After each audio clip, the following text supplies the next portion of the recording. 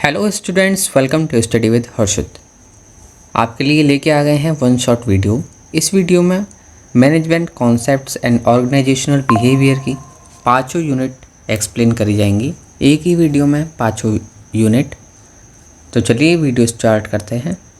आज हम करेंगे complete revision in detail 2024-25 session का management concept and organisational behaviour. ये हमारा न्यू सिलेबस के अकॉर्डिंग हमने डिज़ाइन करा है। यूनिट 1 है ये हमारी। सब्जेक्ट कोड है हमारा BMB 101। फ्रेंड्स, इस सब्जेक्ट के सभी इंपॉर्टेंट क्वेश्चन आंसर हम आपके साथ शेयर कर चुके हैं। पूरी सीरीज अपलोड हो गई है, आप एक बार ज़रूर देखें। यूनिट वन में हमारा है first topic, definition of management. Management क्या होता है? Management is the process of planning, organising, leading and controlling resources. किस लिए? अचीव करने के लिए स्पेसिफिक गोल इफ़िशिएंटली और इफ़ेक्टिवली।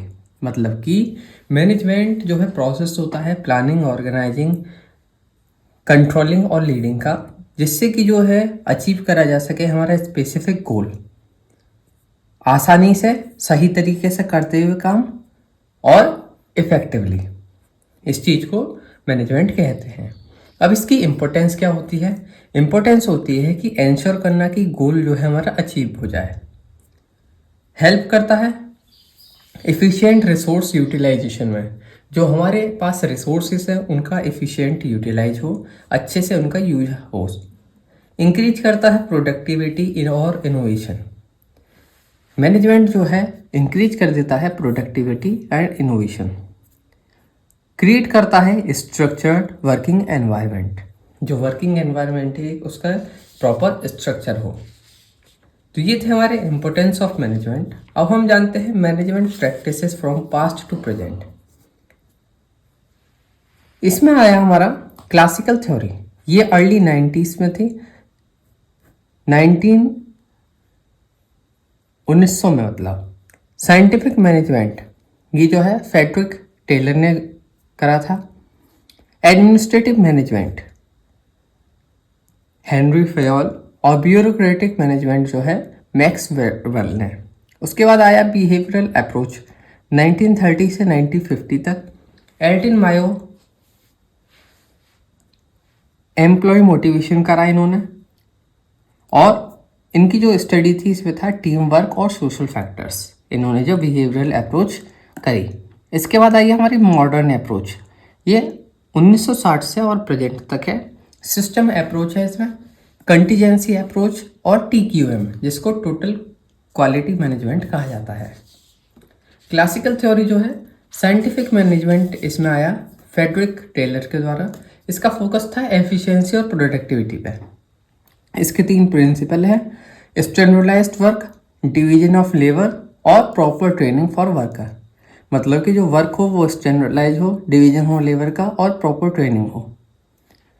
एडमिनिस्ट्रेटिव मैनेजमेंट जो है हेनरी फेयोल ने करा। इसका फोकस था जनरल मैनेजमेंट प्रिंसिपल्स, 14 प्रिंसिपल्स हैं इनके दिए हुए, जैसे कि unity of command, division of work और सेंट्रलाइजेशन, ये मेन है इसमें। ब्यूरोक्रेटिक मैनेजमेंट मैक्स वेबर ने करा।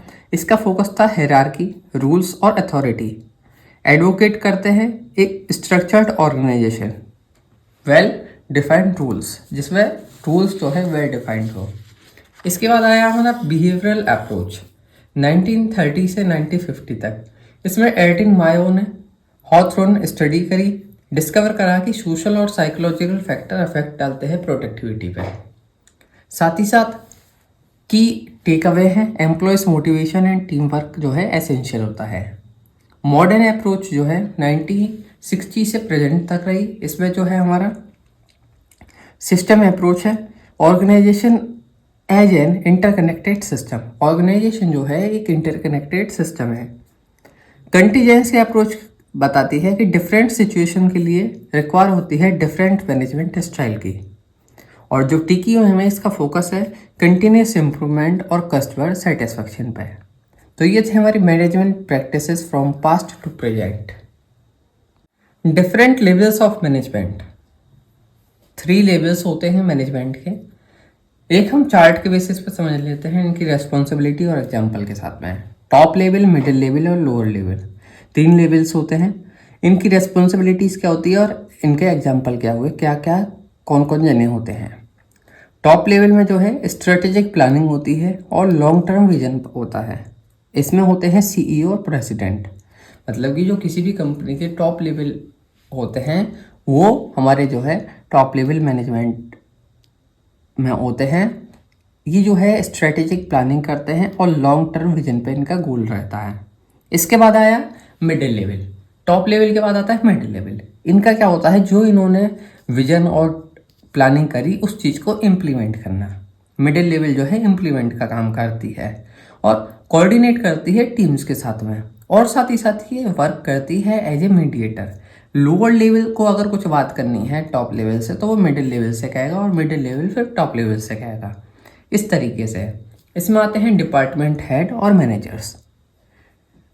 थर्ड आता है हमारा लोअर लेवल, सुपरवाइज करना एम्प्लॉयज़ को। डेली ऑपरेशंस जो होते हैं, डे टू डे एक्टिविटीज़ जो होती हैं, वो सभी चीज़ हमारे लोअर लेवल में आती हैं। इसमें सुपरवाइजर होते हैं और टीम लीडर्स होते हैं। ये हमारे डिफरेंट लेवल्स ऑफ मैनेजमेंट रहे, जैसे कि हम आपको दिखाते हैं एक बार। और देखिए ये हमारा क्विक पॉइंट्स हैं। ये हमारे टॉप लेवल मैनेजमेंट में सीईओ डायरेक्टर होते हैं, लॉन्ग टर्म स्ट्रेटेजिक प्लानिंग करते हैं और डिसीजन मेकिंग होती है फॉर होल ऑर्गेनाइजेशन। पूरी ऑर्गेनाइजेशन के लिए डिसीजन लेते हैं, लॉन्ग टर्म स्ट्रेटेजिक प्लानिंग करते हैं और सीईओ डायरेक्टर वगैरह होते हैं। इसके बाद आता है मिडिल लेवल। इसमें जो है डिपार्टमेंटल हेड होते हैं, मैनेजर होते हैं, इम्प्लीमेंट करते हैं पॉलिसी। जो पॉलिसी हमारी टॉप लेवल ने बनाई वो मिडिल लेवल इम्प्लीमेंट करता है। ये एज ए ब्रिज का काम करते हैं लोअर और टॉप लेवल मैनेजमेंट के बीच में। इनको कुछ बात कहनी है तो ये मिडिल लेवल से कहेंगे, मिडिल लेवल टॉप लेवल से कहेगा, इस तरीके से। लोअर लेवल मैनेजमेंट, इसमें आते हैं सुपरवाइजर, टीम लीडर्स, मैनेज करते हैं डे टू डे टास्क और डायरेक्टली ओवरसीज करते हैं एम्प्लॉयज़ को। डायरेक्ट एम्प्लॉयज़ से वर्क काम करते हैं साथ में, और ये डे टू डे टास्क पे इनका मैनेज करने पे फोकस होता है। ये होते हैं हमारे डिफरेंट लेवल्स ऑफ मैनेजमेंट। अब क्या क्या मैनेजरियल स्किल रिक्वायर्ड होती हैं, अलग अलग लेवल देखते हैं हम। स्किल टाइप, टेक्निकल स्किल जैसे कि इंडस्ट्री स्पेसिफिक एक्सपर्टाइज होना, किसको ज़रूरत है, लोअर और मिडिल लेवल मैनेजमेंट को। ह्यूमन स्किल की, कम्युनिकेशन की जो है हर एक लेवल पे ज़रूरत होती है, जैसे कि कम्युनिकेशन, टीम वर्क और लीडरशिप। ये जो एबिलिटी है ये जो है हर एक तीनों लेवल पे ज़रूरत होती है। कंसेप्चुअल स्किल की जो है ज़रूरत होती है हमारी टॉप मैनेजमेंट पे, कि थिंकिंग करना है, स्ट्रेटेजिक थिंकिंग करना और प्रॉब्लम सॉल्विंग करना। कोई प्रॉब्लम आई तो उसको सॉल्व करना। तो ये 3 मेन स्किल्स हैं जो कि रिक्वायर्ड है हमारी, टेक्निकल स्किल, ह्यूमन स्किल और कंसेप्चुअल स्किल। टेक्निकल स्किल जो है इंडस्ट्री स्पेसिफिक नॉलेज होती है इसमें। ह्यूमन स्किल में जो है कम्युनिकेशन और लीडरशिप स्किल, कम्युनिकेशन बिहेवियर कैसा है, लीडरशिप की एबिलिटी है या नहीं है। कंसेप्चुअल स्किल में आती है स्ट्रेटेजिक थिंकिंग और डिसीजन मेकिंग। और जो हमारे मैनेजरियल फंक्शन होते हैं इसमें आते हैं हमारे planning, organising, leading and controlling. Planning में जो है सेट करा जाता है गोल और स्ट्रेटजीज। ऑर्गेनाइजिंग में जो है एलोकेट करा जाता है रिसोर्सेस और टास्क। प्लानिंग में हमने गोल सेट कर लिया और स्ट्रेटेजी बना ली। ऑर्गेनाइजिंग में करेंगे हम उन चीज़ को एलोकेट करेंगे, रिसोर्सेस को और टास्क को। इसके बाद लीडिंग, मोटिवेट करेंगे और गाइड करेंगे टीम को। जो हमारी टीम है उसको मोटिवेट करेंगे और गाइड करेंगे कि किस तरीके से हमें करना है काम। और कंट्रोलिंग में लास्ट पॉइंट है ये हमारा monitoring and making adjustment. Monitor करेंगे कि हमारे अकॉर्डिंग हो रहा है या नहीं, अगर नहीं हो रहा है तो उसमें एडजस्टमेंट करेंगे। तो ये थे हमारे, हमने जाना मैनेजरियल फंक्शन। इनके क्विक पॉइंट भी हम आपके साथ शेयर कर देते हैं। अगर हम एग्जाम में चाहें तो इस तरीके से भी बना सकते हैं और चाहें तो हम इस तरीके से पॉइंट भी कर सकते हैं। इसमें आ जाएगा हमारा जैसे प्लानिंग, सेट करना ऑब्जेक्टिव और स्ट्रेटजीज को। प्लानिंग में ये हमारा काम होता है। ऑर्गेनाइजिंग में होता है असाइन करना टास्क और एलोकेट करना रिसोर्सेस। लीडिंग में जो है मोटिवेट करा जाता है एम्प्लॉयज़ को और गाइड करा जाता है टीम्स को कि वो किस तरीके से अचीव कर सके गोल। कंट्रोलिंग में मॉनिटर करी जाती है परफॉर्मेंस और इम्प्रूवमेंट्स करे जाते हैं अगर रिक्वायर्ड हों। अब हम करते हैं क्विक रिवीजन जो अभी तक हमने पढ़ा। अभी तक हमने जो करा उसके बारे में हम एक क्विक रिवीजन कर लेते हैं। जैसे कि कॉन्सेप्ट है हमारा मैनेजमेंट, इसमें हमारे की फंक्शंस ऑफ मैनेजमेंट क्या क्या हैं। फोर की फंक्शंस हैं हमारे, planning, organising, leading and controlling. Levels of management का आ गया हमारा, कौन रेस्पॉन्सिबल होता है स्ट्रेटेजिक प्लानिंग के लिए। स्ट्रेटेजिक प्लानिंग के लिए हमने डिस्कस करा कि स्ट्रेटेजिक प्लानिंग जो है हमारा टॉप लेवल मैनेजमेंट करता है, जैसे कि सीईओ और एग्जीक्यूटिव।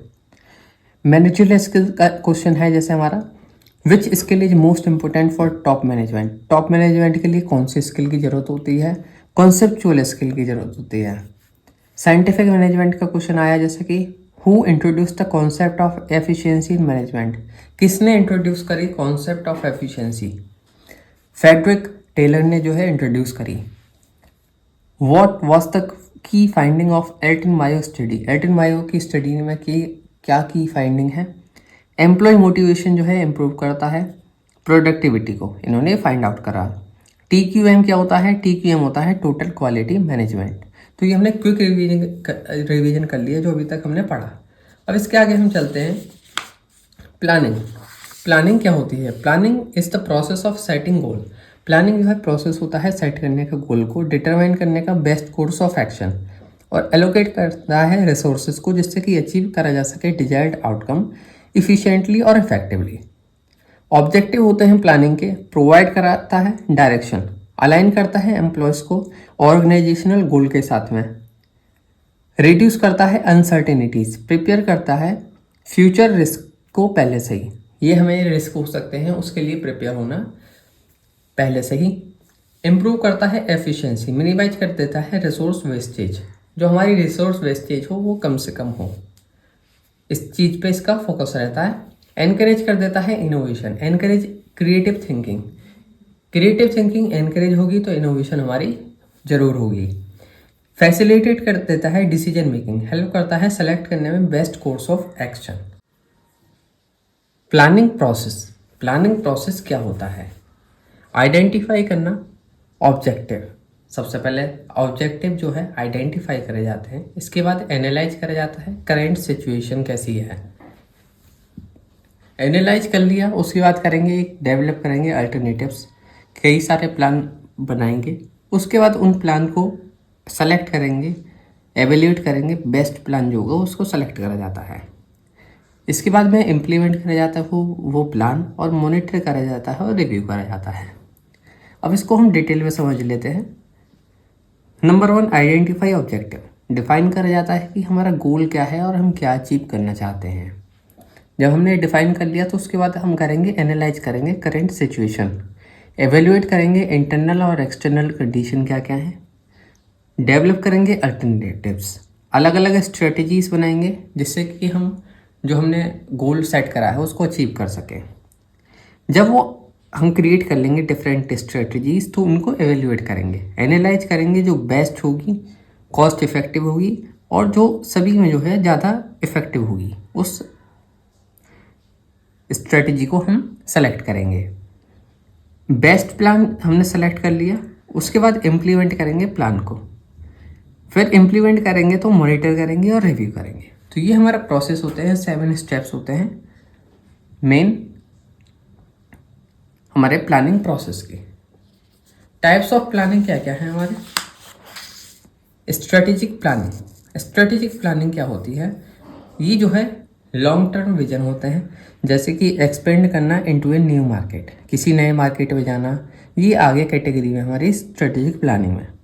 टैक्टिकल प्लानिंग जो होती है मीडियम टर्म स्ट्रेटजीज होती हैं, जैसे कि लॉन्च करना कोई नया प्रोडक्ट। ऑपरेशनल प्लानिंग होती है हमारी day to day task, schedule करने एम्प्लॉयज़ को उनके काम पर, और जो डे टू डे टास्क होते हैं वो हमारे ऑपरेशनल प्लानिंग में आते हैं। कंटीजेंसी प्लानिंग, ये बैकअप प्लान होते हैं अनसर्टेनिटीज़ के लिए, किसी भी तरीके की कुछ अनसर्टेनिटी हो जाए तो कोई दुर्घटना हो जाए उसके लिए प्लान होते हैं, जैसे कि क्राइसिस मैनेजमेंट स्ट्रेटजी। अब ये जो होते हैं हमारे स्टैंडिंग प्लान्स जो होते हैं यूज होते हैं, टाइप्स ऑफ प्लान में स्टैंडिंग प्लान्स होते हैं यूज होते हैं रिपीटेडली इन ऑर्गेनाइजेशन, जैसे कि कंपनी पॉलिसी और प्रोसीजर। सिंगल यूज प्लान क्या होते हैं, वो क्रिएट होते हैं वन टाइम प्रोजेक्ट के लिए, जैसे कि मार्केटिंग कैंपेन करना किसी भी प्रोडक्ट के लॉन्च से पहले। फाइनेंशियल प्लान जो होते हैं डील करते हैं विद बजटिंग और फाइनेंशियल एलोकेशन के साथ। एनुअल बजट प्लान होता है जिस तरीके से। ग्रोथ प्लान होता है हमारा, इसका फोकस होता है एक्सपेंशन और स्केलिंग पे। ये मर्जर्स और एक्विजिशन स्ट्रेटजीज आती हैं इसमें। अब हम जानते हैं MBO क्या होता है, management by objective.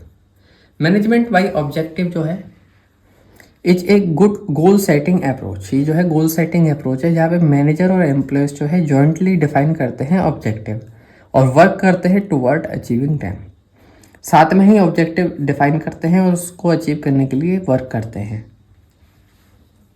Steps in MBO क्या क्या हैं, डिफाइन करना ऑर्गेनाइजेशनल गोल को, सेट करना इंडिविजुअल ऑब्जेक्टिव, उसके बाद अलाइन करे जाते हैं एम्प्लॉयज़ को विद गोल, मॉनिटर करी जाती है प्रोग्रेस और एवेल्यूएट करा जाता है, साथ ही साथ रिवार्ड करा जाता है परफॉर्मेंस बेसिस पर। ये जो है हमारा, इसको हम डिटेल में जान लेते हैं। जैसे डिफाइन करा गया ऑर्गेनाइजेशनल गोल, सेट करा गया ओवरऑल कंपनी का ऑब्जेक्टिव, क्या ऑब्जेक्टिव है हमारी कंपनी का। इसके बाद में सेट करा गया इंडिविजुअल ऑब्जेक्टिव, इंडिविजुअल का क्या क्या गोल रहेगा, कंपनी के गोल के साथ में क्या क्या काम करना है। अलाइन करा जाता है एम्प्लॉयज़ को कि एम्प्लॉयज़ जो है समझ लें कि क्या हमारी एक्सपेक्टेशन है, उनको सभी चीज़ बताई जाती है। उसके बाद मॉनिटर करी जाती है प्रोग्रेस, ट्रैक करा जाता है प्रोग्रेस को रेगुलरली और एवेल्यूएट करा जाता है और रिवार्ड करा जाता है। मेजर करा जाता है अचीवमेंट क्या है और उसके बाद रिकॉग्नाइज करा जाता है उनके कंट्रीब्यूशन को। बेनिफिट्स ऑफ MBO क्या है, ये इम्प्रूव करता है क्लियरिटी और फोकस, साथ ही साथ इंक्रीज करता है मोटिवेशन और प्रोडक्टिविटी। MBO जो है एनहेंस करता है टीम वर्क एंड कोलैबोरेशन। तो ये मेन बेनिफिट्स ऑफ MBO हैं। डिसीजन मेकिंग क्या होता है, डिसीजन मेकिंग जो है प्रोसेस होता है सेलेक्ट करने का best course of action among multiple alternatives में best course of action select करने का प्रोसेस, इसी को डिसीजन मेकिंग कहा जाता है, जिससे कि अचीव करा जा सके ऑर्गेनाइजेशनल ऑब्जेक्टिव। जैसे कि डिसीजन टाइप, प्रोग्राम डिसीजन, ये जो है रूटीन स्ट्रक्चर डिसीजन होते हैं, जैसे कि अप्रूव करना एम्प्लॉय की लीव वगैरह, ये सभी चीज़। नॉन प्रोग्राम डिसीजन होते हैं कॉम्प्लेक्स और यूनिक सिचुएशन में, जैसे कि एक्सपेंड करना टू ए न्यू कंट्री, किसी नई कंट्री में अपना बिजनेस एक्सपेंड करना। स्ट्रेटेजिक डिसीजन होते हैं लॉन्ग टर्म और हाई इम्पैक्ट वाले, एंटर करना किसी नए मार्केट में। टेक्टिकल डिसीजंस क्या होते हैं, मीडियम टर्म पॉलिसी रिलेटेड होते हैं, pricing strategy for a new product. Operational decision होते हैं शॉर्ट टर्म और डेली एक्टिविटीज़ के, असाइन करना टास्क को टू एम्प्लॉयज़। अब डिसीजन मेकिंग प्रोसेस क्या होता है, हम इसके बारे में जान लेते हैं। इसमें अलग अलग पॉइंट्स हैं। सबसे पहले हम करते हैं आइडेंटिफाई करा जाता है प्रॉब्लम को, कि क्या प्रॉब्लम है उसको आइडेंटिफाई करेंगे। उसके बाद में गैदर करी जाती है इंफॉर्मेशन उसके बारे में, डेवलप करा जाता है अल्टरनेटिव्स। उसके बाद एवेल्यूएट करे जाते हैं अल्टरनेटिव्स जो डेवलप करे गए, बेस्ट जो होगा उसको सेलेक्ट करा जाएगा, इम्प्लीमेंट करा जाएगा और उसको इवेल्यूएट करा जाएगा। हम जान लेते हैं डिटेल में। आइडेंटिफाई प्रॉब्लम, रिकॉग्नाइज करा जाता है क्या इशू है और क्या नीड है सॉल्व करने की, उसको गैदर करी जाती है इंफॉर्मेशन, कलेक्ट करा जाता है डेटा और इंसाइट्स। उसके बाद डेवलप करे जाते हैं अल्टरनेटिव्स जब डेवलप हो गए तो उनको एवेल्यूएट करा जाता है, जो बेस्ट हमारा सॉल्यूशन होगा उसको सेलेक्ट करा जाता है, इम्प्लीमेंट करा जाता है जो हमने सेलेक्ट करा है उसको, और उसके बाद एवेल्यूएट करा जाता है रिजल्ट को। तो ये हमारा डिसीजन मेकिंग प्रोसेस होता है। डिसीजन मेकिंग टेक्निक्स जैसे कि SWOT analysis, strength weakness opportunity threat. Brainstorming generate करती है creative solutions. Cost benefit analysis, weighting pros and con. Delphi technique, expert opinion होता है for a complex decision. Decision tree visual representation होता है of choices का। अब इसको हम चार्ट के अकॉर्डिंग हमने आपके लिए डिजाइन करा है। SWOT जो है एनालिसिस जो है एवेलुएट करती है स्ट्रेंथ, वीकनेस, अपॉर्चुनिटी और थ्रेट। बिजनेस एक्सपेंशन स्ट्रेटजी जैसे कि ब्रेनस्टॉर्मिंग, जनरेट करना आइडियाज़ इन ग्रुप में इकट्ठे हो जाते हैं और आइडियाज़ जनरेट करे जाते हैं। ये होता है मार्केटिंग कैंपेन आइडियाज़ जैसे। कॉस्ट बेनिफिट एनालिसिस, कंपेयर करा जाता है फाइनेंशियल इम्पैक्ट ऑफ चॉइसेस जैसे कि बाई करना न्यू इक्विपमेंट। डेल्फाइन टेक्निक, गैदर करना एक्सपर्ट ओपिनियन, प्रिडिक्ट करना इंडस्ट्री के क्या ट्रेंड्स रहेंगे। डिसीजन ट्री में यूज करा जाता है डायग्राम का इवेल्युएट करने के लिए ऑप्शंस जैसे कि इन्वेस्टमेंट चॉइसेस। अभी तक हमने जो पढ़ा है इसके बारे में हम क्विक रिवीजन कर लेते हैं। फ्रेश कार्ड बनाया आपके लिए हमने। प्लानिंग क्या होता है, प्लानिंग के 4 टाइप्स क्या होते हैं जैसे कि strategic, tactical, operational, contingency. Planning process क्या होता है, फर्स्ट स्टेप क्या होता है प्लानिंग में, आइडेंटिफाई करना ऑब्जेक्टिव को। MBO क्या होता है, management by objective. Decision making क्या होता है, what are the 2 main type of decision, ये जो है प्रोग्राम एंड नॉन प्रोग्राम होते हैं। What are the final step in decision making, evaluate करना रिजल्ट को। कौन SWOT क्या होता है, स्ट्रेंथ, वीकनेस, अपॉर्चुनिटी और थ्रेट। कॉस्ट बेनिफिट एनालिसिस क्या होता है, pros and con of a decision. तो ये था फ्रेंड्स हमारा कंप्लीट रिवीजन यूनिट फर्स्ट का। Unit 2 management concept and organisational behaviour. Organizing होता क्या है, organizing is the process of arranging resources. Organizing जो है प्रोसेस होता है अरेंज करने का रिसोर्सेस जैसे कि पीपल, टास्क और अथॉरिटी, किस लिए, अचीव करने के लिए बिजनेस के ऑब्जेक्टिव इफिशिएंटली। ऑर्गेनाइजिंग जो है हेल्प करता है गोल अचीवमेंट में, इंश्योर करता है कि जो वर्क फ्लो है वो हमारा स्मूथली हो। साथ ही साथ कि किस जने के क्या रोल रहेंगे, क्या रिस्पॉन्सिबिलिटीज़ रहेंगी, ये भी डिफाइन करी जाती है इसमें। और ऑर्गेनाइजिंग जो है फैसिलिटेट करता है कोऑर्डिनेशन और efficiency. Types of organizing structure जैसे कि लाइन ऑर्गेनाइजेशन, ये जो है सिंपल होता है और डायरेक्ट अथॉरिटी होती है। नेक्स्ट होता है फंक्शनल ऑर्गेनाइजेशन, स्पेशलाइज्ड रोल्स होते हैं इसमें। नेक्स्ट है हमारा मैट्रिक्स ऑर्गेनाइजेशन, इसमें जो है डुअल अथॉरिटी होती है जैसे कि प्रोजेक्ट और डिपार्टमेंटल बेसिस पे। डिविजनल ऑर्गेनाइजेशन जो है जैसे कि प्रोजेक्ट हो गया, रीजन बेस्ड स्ट्रक्चर हो गया, इस तरीके से अलग अलग रीजन का अलग अलग स्ट्रक्चर के अकॉर्डिंग पावर होनी उनके पास। नेटवर्क ऑर्गेनाइजेशन, आउटसोर्सिंग और पार्टनरशिप जैसे कि टीम बेस्ड ऑर्गेनाइजेशन, इसमें आता है फ्लेक्सिबल और कोलैबोरेशन ड्रिवन। इसको हम और डिटेल में जान लेते हैं। लाइन ऑर्गेनाइजेशन जो है डायरेक्ट चेन ऑफ कमांड होती है और ये स्मॉल बिजनेसेस में होता है। फंक्शनल ऑर्गेनाइजेशन जो है ग्रुप्ड होता है बाय एंटरप्राइजेस जैसे कि मार्केटिंग, HR और फाइनेंस।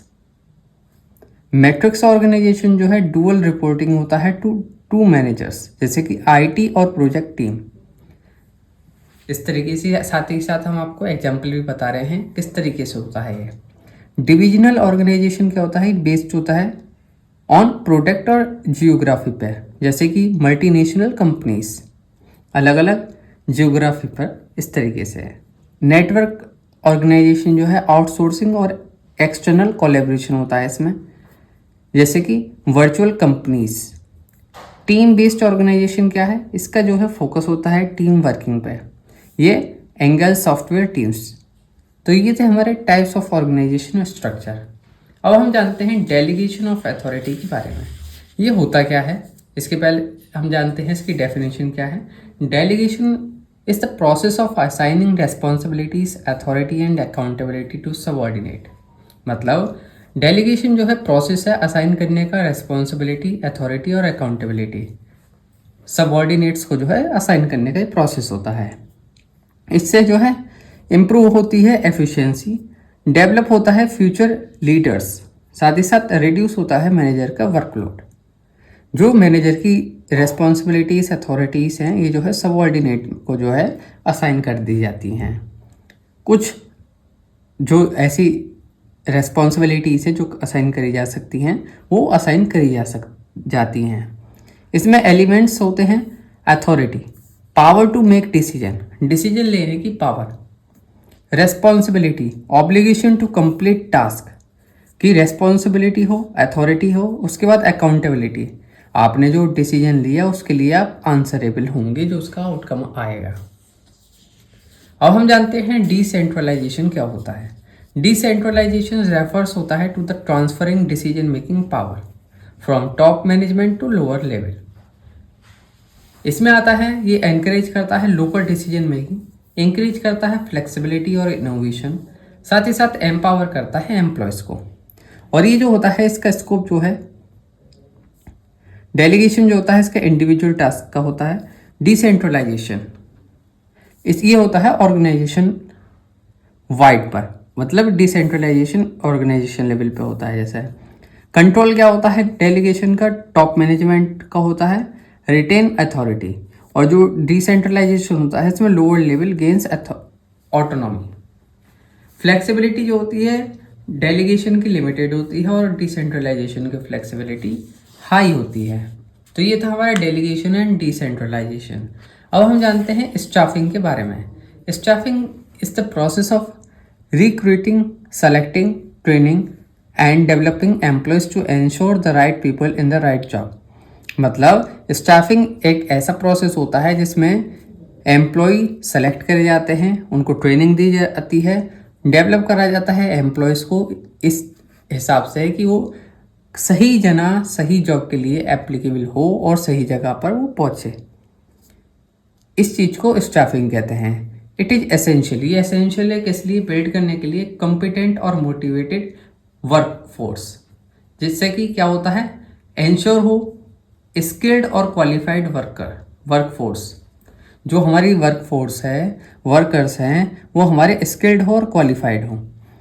एनहेंस करता है एम्प्लॉय की प्रोडक्टिविटी और एफिशिएंसी को, साथ ही साथ रिड्यूस कर देता है एम्प्लॉय टर्नओवर एंड एब्सेंटिज्म, मतलब कि एम्प्लॉय जो बार बार अपनी जॉब चेंज करते रहते हैं, इस चीज़ को ये रिड्यूस करता है। कैसे? क्योंकि उसको प्रॉपर ट्रेनिंग मिलती है, तो उसको उस जॉब के बारे में पूरी पता रहती है और अच्छा एनवायरनमेंट दिया जाता है। प्रमोट करता है जॉब सेटिस्फेक्शन और मोटिवेशन, साथ ही साथ सपोर्ट करता है succession planning and career growth में।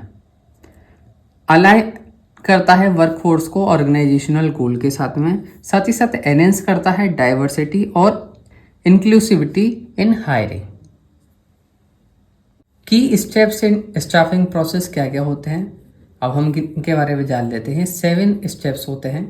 Number 1, when man power planning, analyse करा जाता है वर्कफोर्स की नीड्स क्या क्या हैं इस चीज़ को। इसके बाद में रिक्रूटमेंट करा जाता है, अट्रैक्ट करा जाते हैं पोटेंशियल कैंडिडेट्स। जब रिक्रूटमेंट हो जाता है इसके बाद आता है सिलेक्शन, सेलेक्ट करे जाते हैं बेस्ट कैंडिडेट थ्रू स्क्रीनिंग। उसके बाद प्लेसमेंट और ओरिएंटेशन होता है, इसमें असाइन करे जाते हैं रोल्स और ऑनबोर्डिंग। 5th स्टेप में ट्रेनिंग दी जाती है और डेवलपमेंट, एनहेंस करी जाती हैं उनकी स्किल्स और कॉम्पिटेंसीज। स्टेप 6 में जो है परफॉर्मेंस एवेल्यूएशन होता है, एसेस करे जाते हैं एम्प्लॉय के कंट्रीब्यूशंस। और उसके बाद में 7th स्टेप होता है कैरियर ग्रोथ और रिटेंशन, प्रोवाइड करा जाता है प्रमोशन और बेनिफिट्स। तो ये थे हमारे 7 स्टेप्स इन स्टाफिंग प्रोसेस। सबसे पहले था man power planning, second recruitment, third selection, fourth placement and orientation, fifth है हमारा ट्रेनिंग एंड डेवलपमेंट, सिक्स्थ है परफॉर्मेंस एवेल्यूएशन और 7th है कैरियर ग्रोथ एंड रिटेंशन। अब हम जानते हैं रिक्रूटमेंट होता क्या है। रिक्रूटमेंट जो है प्रोसेस होता है अट्रैक्ट करने का पोटेंशियल कैंडिडेट को कि वो अप्लाई करें जॉब ओपनिंग में। जैसे कि रिक्रूटमेंट अट्रैक्ट करना पोटेंशियल कैंडिडेट को, उसके बाद सिलेक्शन होता है, इसमें सेलेक्ट करा जाता है राइट कैंडिडेट। और थर्ड स्टेप में होता है प्लेसमेंट, असाइन करा जाता है कैंडिडेट टू द जॉब। अब टाइप ऑफ रिक्रूटमेंट क्या क्या होते हैं। इंटरनल रिक्रूटमेंट, जैसे कि हमारा इंटरनल और एक्सटर्नल 2 तरीके के होते हैं।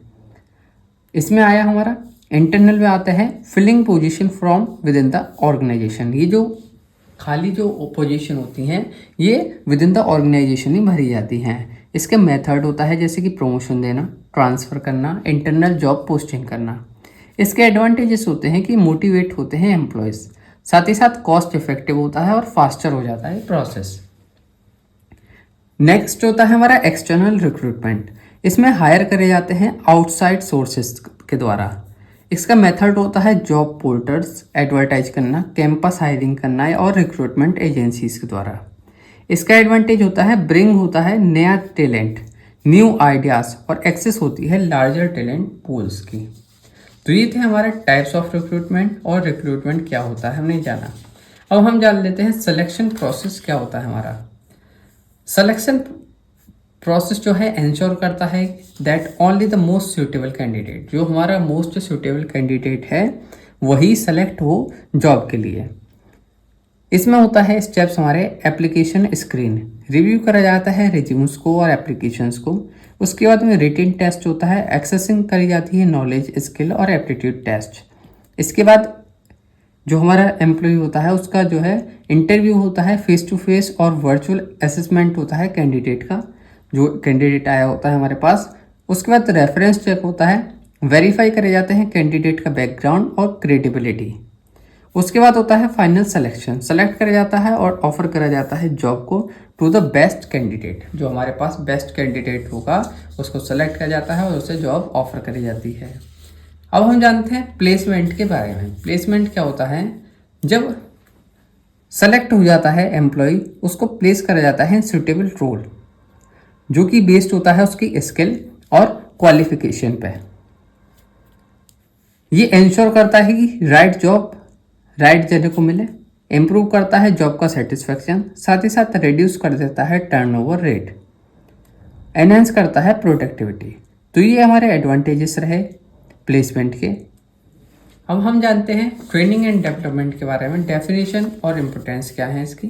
ट्रेनिंग एंड डेवलपमेंट जो है रेफर्स होता है टू द एक्टिविटीज़ जिनका एम होता है इम्प्रूव करना एम्प्लॉयज़ के स्किल्स, नॉलेज और कंपिटेंसीज, जिससे कि एनहेंस हो इंडिविजुअल के और ऑर्गेनाइजेशन की परफॉर्मेंस। ट्रेनिंग क्या है, शॉर्ट टर्म स्किल्स एनहेंसमेंट होता है, इसका फोकस होता है स्पेसिफिक जॉब रिलेटेड स्किल्स को एनहेंस करना। और डेवलपमेंट क्या होता है, ये लॉन्ग टर्म कैरियर ग्रोथ होता है जिसका एम होता है overall professional improvement. Types of training क्या होता है, डिफरेंट टाइप्स ऑफ ट्रेनिंग होती है, जैसे कि on the job training, learning होती है जब वर्क कर रहे होते हैं उस दौरान, जैसे कि अप्रेंटिसशिप और मेंटरिंग।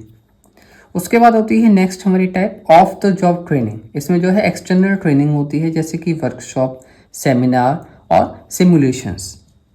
नेक्स्ट आता है टाइप हमारा ट्रेनिंग का स्किल बेस्ड ट्रेनिंग, एनहेंस करता है दोनों ही तरीके की स्किल्स को, टेक्निकल और सॉफ्टवेयर स्किल्स को, जैसे कि सॉफ्ट स्किल में आ गई कम्युनिकेशन और टीम वर्क, और टेक्निकल में आ गई सॉफ्टवेयर और मशीनरी स्किल्स।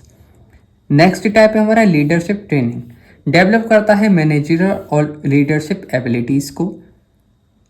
कंपाइलेंस ट्रेनिंग क्या होती है, इसमें जो है इंश्योर करा जाता है कि लॉस, रेगुलेशन और कंपनी की पॉलिसी क्या क्या हैं उनको किस तरीके से फॉलो करा जाता है, ये सभी चीज़।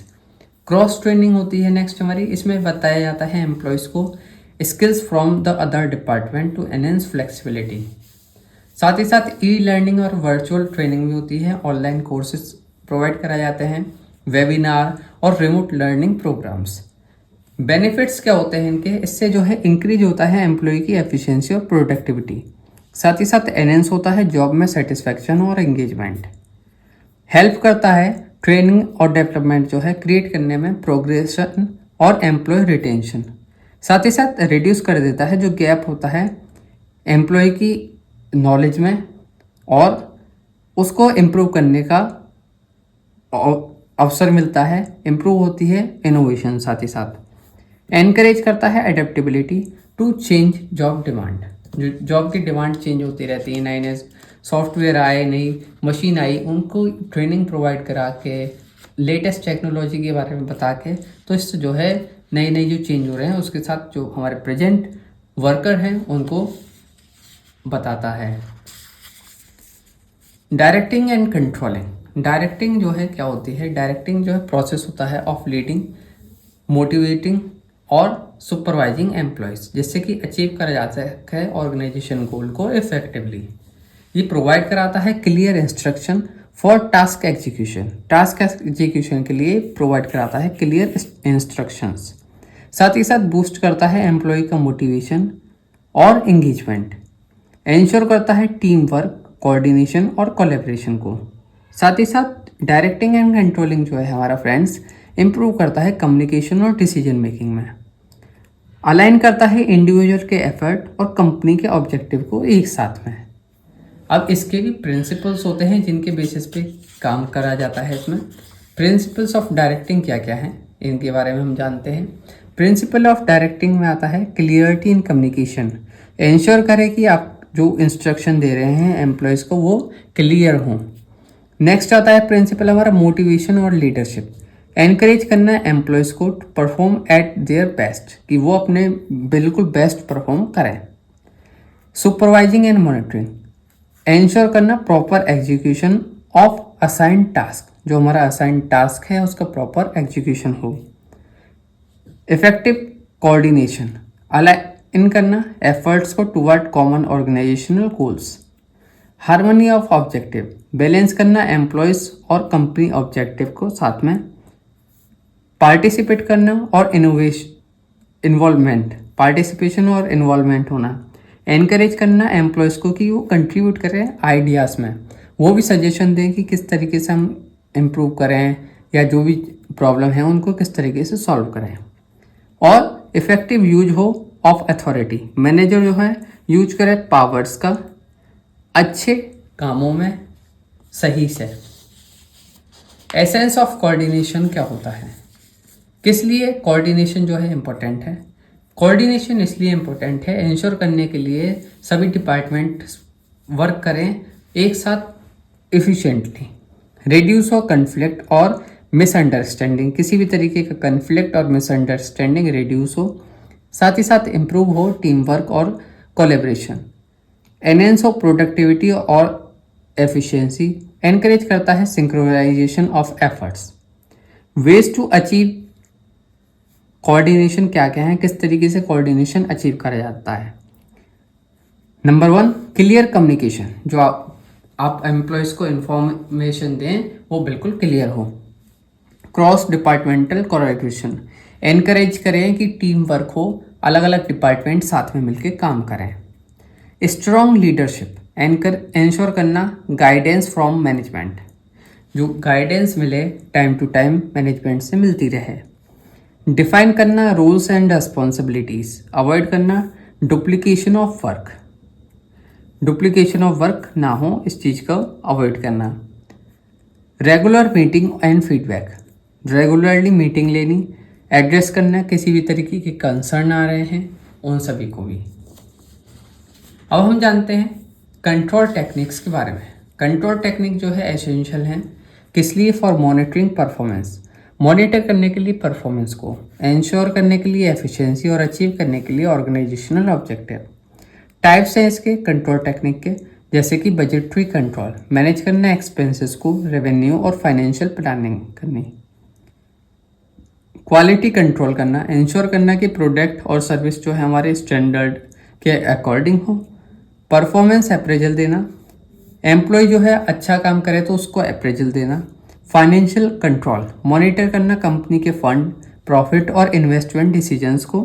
साथ ही साथ स्टैटिकल कंट्रोल, यूज करना डेटा ड्रिवन डिसीजन मेकिंग का और एनालिटिक्स का। टेक्निक्स एंड डिस्क्रिप्शन, टेक्निक्स हैं हमारी अलग अलग। बजटरी कंट्रोल, मॉनिटर करना फाइनेंशियल स्पेंड को और resource allocation. Quality control, ensure करना कि जो प्रोडक्ट और सर्विस है वो हमारे जो स्टैंडर्ड हैं उनके अकॉर्डिंग रहें। परफॉर्मेंस अप्रेजल देना, एवेल्यूएट करना है एम्प्लॉयज़ की परफॉर्मेंस को कि एम्प्लॉय कैसी परफॉर्मेंस दे रहे हैं और उनकी प्रोडक्टिविटी कैसी है, अगर अच्छी है तो उनको जो है अप्रेजल देना। फाइनेंशियल कंट्रोल, मैनेज करना जो रिसोर्सेस हैं, कॉस्ट है, कंपनी का इन्वेस्टमेंट है, इन सभी चीज़ों को मैनेज करना। साथ ही साथ स्टैटिकल कंट्रोल, यूज करना डेटा का, ट्रेंड का और एनालिटिक्स का, किस लिए, डिसीजन मेकिंग के लिए। अब हम जानते हैं एडिशनल कंट्रोल टेक्निक्स क्या क्या हैं हमारी।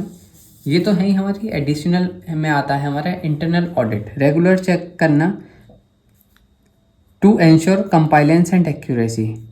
प्रोडक्शन कंट्रोल करना, मॉनिटर करना आउटपुट लेवल और प्रोडक्शन एफिशिएंसी क्या है हमारी इस चीज़ को।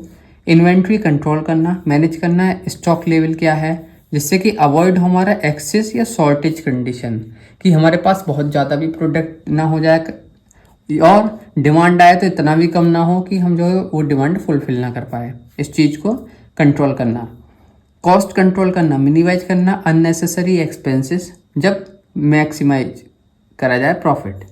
एचआर कंट्रोल, मैनेज करा जाए एम्प्लॉय परफॉर्मेंस को, अटेंडेंस और एंगेजमेंट।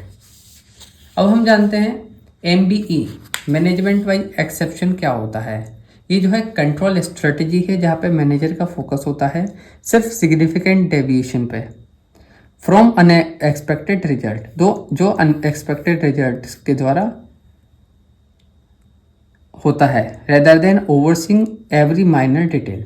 ये जो अप्रोच है ये अलाउ करती है लीडर को कि वो कंसंट्रेट करे क्रिटिकल इश्यूज पे जब वो डेलीगेट करे रूटीन टास्क को। इसके बेनिफिट्स क्या है? सेव होता है टाइम, मैनेजर जो है अवॉइड करता है माइक्रो मैनेजमेंट और फोकस रखता है मेजर कंसर्न पे। इम्प्रूव होती है एफिशिएंसी, एम्प्लॉय जो है हैंडल करते हैं रूटीन टास्क इंडिपेंडेंटली। साथ ही साथ इससे एनहेंस होता है हमारा डिसीजन मेकिंग, मैनेजर्स जो है क्विकली आइडेंटिफाई करते हैं प्रॉब्लम एरिया कहाँ है हमारी। एनकरेज होता है एम्प्लॉय ऑटोनॉमी, बूस्ट होता है इससे रेस्पॉन्सिबिलिटी और अकाउंटेबिलिटी। साथ ही साथ ऑप्टिमाइज होती है रिसोर्स यूटिलाइजेशन, जिससे कि प्रिवेंट होती है अननेसेसरी मैनेजरियल इन्वॉल्वमेंट। तो ये थे benefits of managerial management by exception. अब इसका प्रोसेस क्या होता है? प्रोसेस में 4 पॉइंट्स आते हैं हमारे। नंबर 1 है सेट करना परफॉर्मेंस स्टैंडर्ड को, डिफाइन करना कि क्या बेंचमार्क रहेगा फॉर एक्सेप्टेबल परफॉर्मेंस, मेजर करना एक्चुअल परफॉर्मेंस को, आइडेंटिफाई करना क्या डेविएशन, कंपेयर करना मतलब इसमें कंपेयर करा जाता है एक्चुअल और एक्सपेक्टेड रिजल्ट को, जिससे कि डिटेक्ट करा जाए क्या वेरिएशन रहा। फोर्थ स्टेप में जो है करेक्टिव एक्शन लिए जाते हैं, कोई किसी भी तरीके का कोई इशू है, कोई डेविएशन है तो उसको सही करने के एक्शन लिए जाते हैं। तो ये 4 स्टेप्स होते हैं हमारे MBE के प्रोसेस में। अब types of exception in MBE क्या क्या है हमारे? स्ट्रेटेजिक एक्सेप्शन, मेजर पॉलिसी और बिजनेस चेंजेस रिक्वायर्ड होते हैं टॉप मैनेजमेंट अटेंशन के लिए। ऑपरेशनल एक्सेप्शन, सिग्निफिकेंट डेविएशंस इन प्रोडक्टिविटी, क्वालिटी और एफिशिएंसी में होना। फाइनेंशियल एक्सेप्शन जो होते हैं ये होते हैं हमारे बजट ओवररन्स, रेवेन्यू शॉर्टफॉल होना या अनएक्सपेक्टेड एक्सपेंस होना, ये आते हैं हमारे फाइनेंशियल एक्सेप्शन में।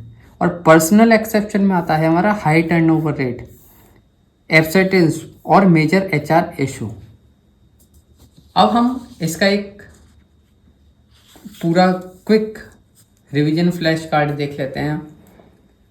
हमारा क्या है क्वेश्चन है शॉर्ट हमारा करा इस यूनिट का, जैसे कि what are the 4 main types of organization structure. इसमें आता है लाइन, फंक्शनल, मैट्रिक्स और divisional. What are the 3 element of delegation, delegation के 3 मेन एलिमेंट क्या हैं? अथॉरिटी, रेस्पॉन्सिबिलिटी और अकाउंटेबिलिटी। नेक्स्ट आया हमारा what are 2 types of recruitment, internal और एक्सटर्नल, 2 तरीके के होते हैं जो कि हम डिस्कस कर चुके हैं। What are the 2 main types of training, 2 main type की ट्रेनिंग क्या है? ऑन द जॉब और off the job. What is the key function of directing, इसका है लीडिंग, मोटिवेटिंग और supervising. What are 2 control techniques, 2 control technique क्या है? Budgetary control और क्वालिटी कंट्रोल। और MBE क्या होता है? मैनेजर जो है फोकस होता है सिर्फ सिग्निफिकेंट डेविएशन पे। तो ये था हमारा फ्रेंड्स यूनिट 2 का complete revision. Unit 3 organization behaviour. Organization behaviour जो है क्या चीज़ है?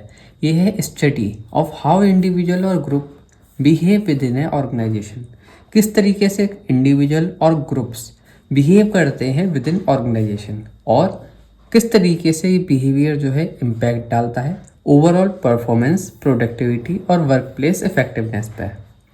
अब इम्पोर्टेंस ऑफ ऑर्गेनाइजेशनल बिहेवियर क्या क्या है हमारी?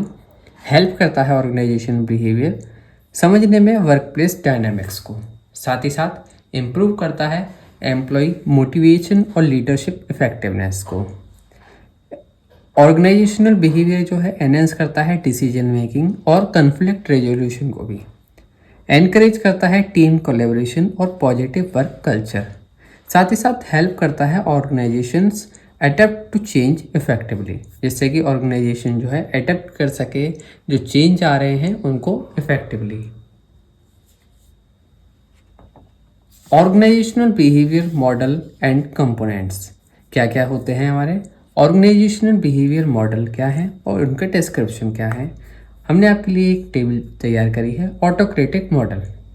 इसमें जो है अथॉरिटी बेस्ड होता है, स्ट्रिक्ट कंट्रोल होता है और लिटिल एम्प्लॉय इन्वॉल्वमेंट होता है, मतलब कि एम्प्लॉयज़ का जो इन्वॉल्वमेंट होता है वो बहुत कम होता है।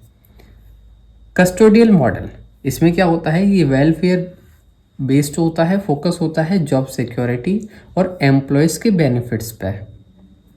नेक्स्ट आता है हमारा सपोर्टिव मॉडल।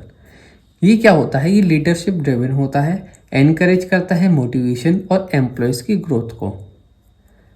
कॉलेजियर मॉडल जो है टीम वर्क ओरिएंटेड होता है, पार्टिसिपेटिव अप्रोच होती है, किस लिए, फॉर एंगेजमेंट।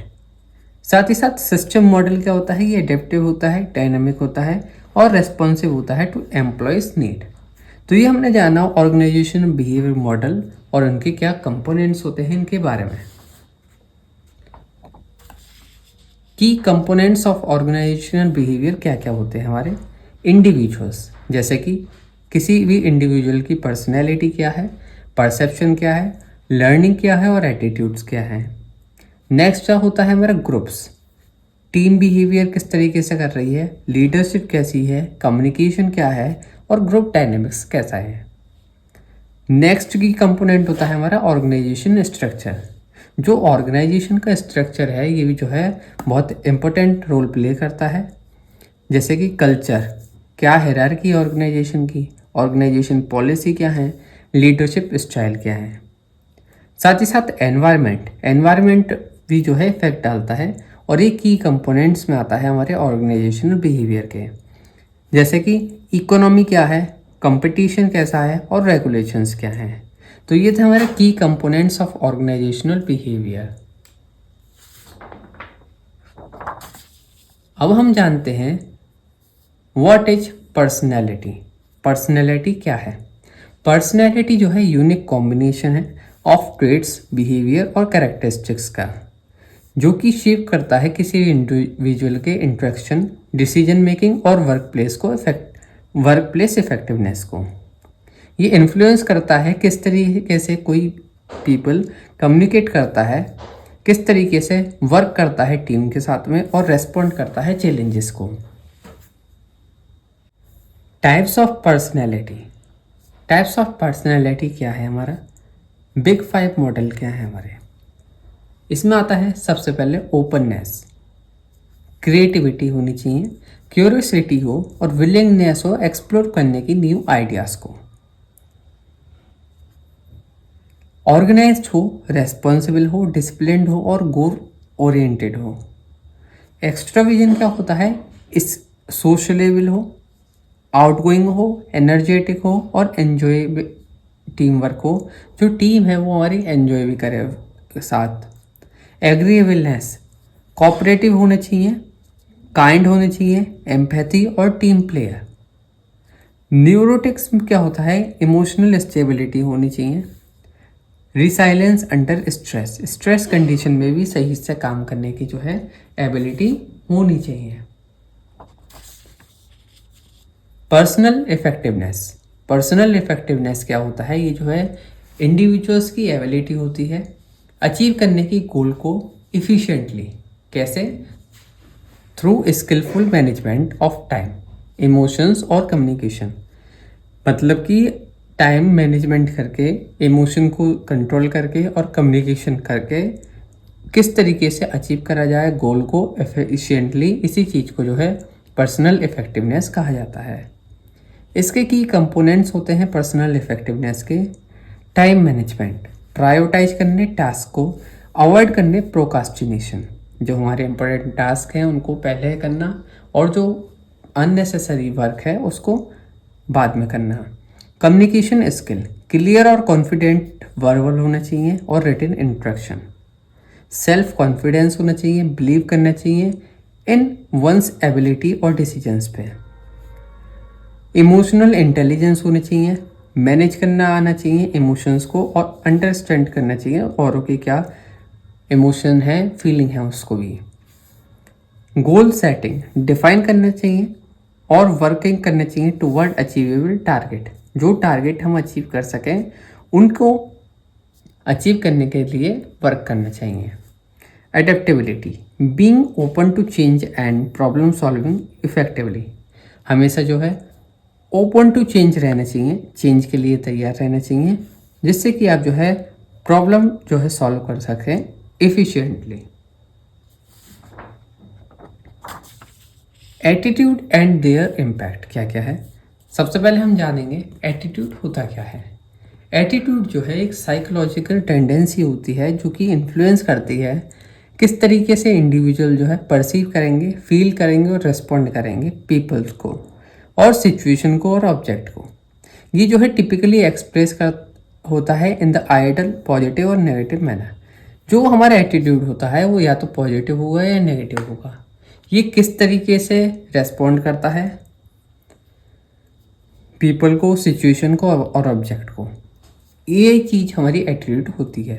और साइकोलॉजिकल टेंडेंसी होती है जो कि इन्फ्लुएंस्ड होती है इंडिविजुअल के परसीव, फीलिंग और रेस्पॉन्ड पे होती है टू पीपल, सिचुएशन और ऑब्जेक्ट। अब एटीट्यूड जो है किस लिए इम्पोर्टेंट होता है, ये शेप करने में डिसीजन मेकिंग और बिहेवियर को इम्पोर्टेंट होता है। Impact work place relationship and team work, ये इम्पैक्ट डालता है वर्क प्लेस रिलेशनशिप पे और टीम वर्क पे। साथ ही साथ इन्फ्लुएंस करता है मोटिवेशन, परफॉर्मेंस और लीडरशिप को। साथ इफेक्ट डालता है स्ट्रेस मैनेजमेंट पे और इमोशनल वेलबींग पर। तो ये थे हमारे इम्पोर्टेंस ऑफ एटीट्यूड। अब हम जानते हैं कंपोनेंट्स ऑफ एटीट्यूड क्या क्या है हमारे। कंपोनेंट्स ऑफ एटीट्यूड में आता है नंबर 1 कॉग्निटिव कंपोनेंट, मतलब कि ये होते हैं हमारे थॉट्स, बिलीव्स और नॉलेज अबाउट ए सब्जेक्ट। क्या हमारे थॉट्स हैं, क्या बिलीव हैं, ये सभी चीज़ हमारे कॉग्निटिव कंपोनेंट्स में आते हैं। नेक्स्ट आता है अफेक्टिव कंपोनेंट, जैसे कि इमोशंस हो गए, फीलिंग हो गई, जो कि एसोसिएट होते हैं विद एन ऑब्जेक्ट और सिचुएशन। नेक्स्ट होता है बिहेवियरल कंपोनेंट, जिसमें आते हैं एक्शन और रेस्पॉन्सेस जो कि बेस्ड होते हैं ऑन एटीट्यूड। जैसे कि कॉग्निटिव का एग्जांपल रहा आपके लिए, exercise is a good for health. Affective में क्या हुआ, I enjoy working out because it make me feel energetic. और बिहेवियरल में क्या हुआ, I go to the gym 5 times a week. तो ये हमारे आपको समझाया कंपोनेंट्स ऑफ एटीट्यूड के बारे में और उसका एग्जांपल था ये। टाइप्स ऑफ एटीट्यूड क्या क्या हैं। पॉजिटिव एटीट्यूड, पॉजिटिव एटीट्यूड होता है 3 तरीके के बेसिकली टाइप होते हैं, पॉजिटिव, नेगेटिव एटीट्यूड और न्यूट्रल एटीट्यूड। पॉजिटिव क्या होता है, ऑप्टिमिस्टिक होता है, सॉल्यूशन फोकस्ड होता है और ये जो है एंथुसियास्टिक माइंडसेट होता है। इसमें जो है एटीट्यूड जिसका जो है ऑप्टिमिस्टिक होता है, सॉल्यूशन पे फोकस्ड होता है, ये जो है हमारे पॉजिटिव एटीट्यूड में आता है। नेगेटिव एटीट्यूड क्या होता है, इसमें जो है चेंज को एक्सेप्ट करा नहीं जाता है और ऑफ्टन क्रिटिकल, जब तक जो है हमारा जो है परसिस्टेमेटिक होता है और रेसिस्टेंट होता है टू चेंज। चेंज तुरंत जो है अपनाया नहीं जाता है नेगेटिव एटीट्यूड में।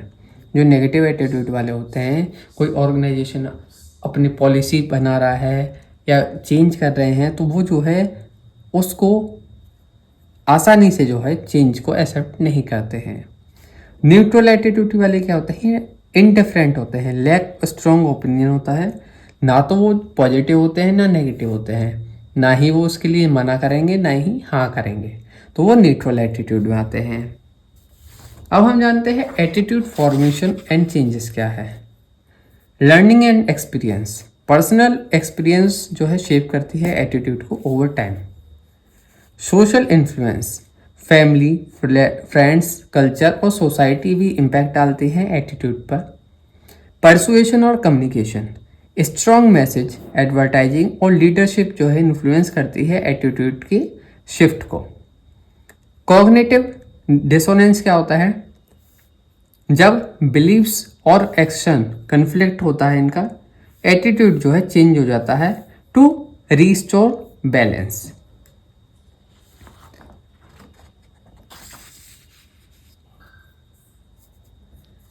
Group behaviour and team dynamics क्या होता है?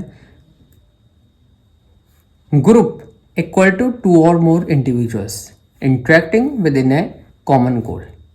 ग्रुप क्या होता है? ग्रुप वो होता है जहाँ पे दो या दो से अधिक इंडिविजुअल जो है इंटरेक्ट करते हैं, किस लिए? विद ए कॉमन गोल के साथ में। ग्रुप बिहेवियर जो है इन्फ्लुएंस होता है किस किस से? ग्रुप के नॉर्म्स से, लीडरशिप स्टाइल से और टीम रोल और कोहेशन से। टाइप्स ऑफ ग्रुप क्या होते हैं हमारे? फॉर्मल ग्रुप होता है, इनफॉर्मल ग्रुप होता है, टास्क ग्रुप होता है और इंटरेस्ट ग्रुप होता है। फॉर्मल ग्रुप क्या होता है? ये ऑर्गेनाइजेशनल स्ट्रक्चर पे बेस्ड होता है, जैसे कि डिपार्टमेंट, कमिटीज। इनफॉर्मल ग्रुप्स में आते हैं नेचुरल फॉर्म्ड, जैसे कि फ्रेंडशिप ग्रुप हो गया या सोशल ग्रुप हो गया। टास्क ग्रुप ये जो है टेम्परेरी टीम्स होती हैं, किसी भी स्पेसिफिक टास्क को करने के लिए जो बनाए जाते हैं, ये टास्क ग्रुप होते हैं। इंटरेस्ट ग्रुप जो पीपल शेयर करते हैं कॉमन इंटरेस्ट, ये उनके ग्रुप्स होते हैं। Interpersonal skills and transactional analysis क्या होता है? इंटरपर्सनल स्किल जो है एबिलिटी होती है जो कि हेल्प करती है इंडिविजुअल्स को कम्युनिकेट करने में, कोलैबोरेट करने में और बिल्ड करने में रिलेशनशिप इफेक्टिवली इन पर्सनल और प्रोफेशनल सेटिंग्स। की इंटरपर्सनल स्किल्स क्या क्या होती है हमारी? इफेक्टिव कम्युनिकेशन, एक्सप्रेस करने अपने थॉट्स क्लियरली और कॉन्फिडेंटली। एक्टिव लिसनिंग होना, आप किसी से बात कर रहे हैं तो उसको अटेंशन देनी है, उसकी बात को समझना, उसको ऐसा ना लगे कि आप उसकी बात को इग्नोर कर रहे हैं। एम्पैथी एंड इमोशनल इंटेलिजेंस, समझना और क्या उन इमोशंस को मैनेज करना, ये भी आना चाहिए। कन्फ्लिक्ट रेजोल्यूशन, मैनेज करना डिसएग्रीमेंट और फाइंड करना सॉल्यूशंस को। Collaboration and team work, work करना इफिशिएंटली औरों के साथ में कॉमन गोल को अचीव करने के लिए। साथ ही साथ असर्टिवनेस, एक्सप्रेस करने ओपिनियन, रेस्पेक्टफुल विदाउट एग्रेशन। अब हम जानते हैं ट्रांजैक्शनल एनालिसिस टीए, ये डेवलप करा गया बाय एरिक के द्वारा। ट्रांजैक्शनल एनालिसिस जो है साइकोलॉजिकल फ्रेमवर्क है समझने के लिए ह्यूमन इंटरेक्शन और बिहेवियर को। ये हेल्प करता है इम्प्रूव करने में कम्युनिकेशन और रिलेशनशिप, एनालाइज करके ट्रांजैक्शंस को, जैसे कि वर्बल और नॉन वर्बल एक्सचेंज जो कि बिटवीन होते हैं इंडिविजुअल्स। 3 ईगो स्टेट होते हैं इन ट्रांजैक्शनल एनालिसिस, पेरेंट, एडल्ट और चाइल्ड। PAC पेरेंट में आता है, रिप्रेजेंट करता है learn behaviour from authority figure, जैसे कि पेरेंट्स है, टीचर्स है।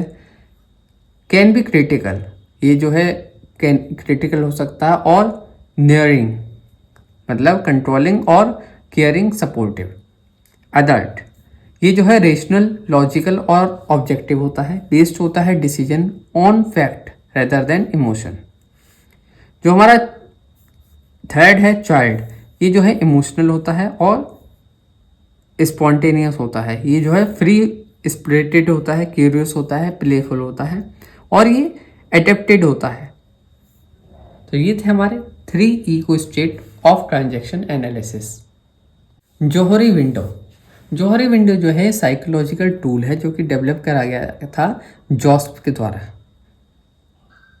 ये जो है एनहेंस करता है सेल्फ अवेयरनेस को, कम्युनिकेशन को और इंटरपर्सनल रिलेशनशिप।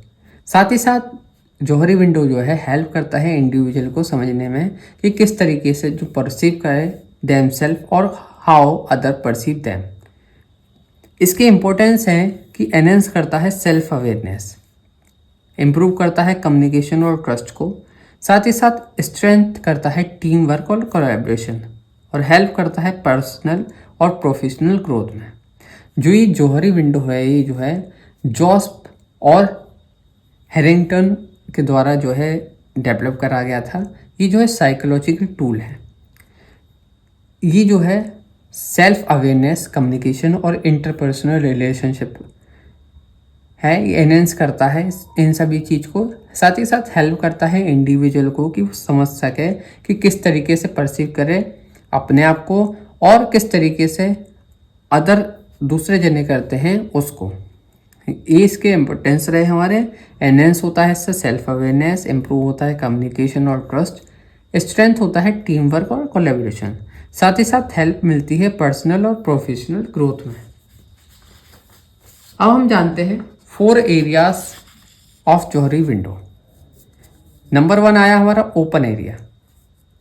ओपन एरिया में जो है known to self and known to other, जैसे कि नेम, स्किल्स और इंटरेस्ट, जो चीज़ हमें पता है और औरों को भी पता है, जैसे कि नाम, स्किल और इंटरेस्ट।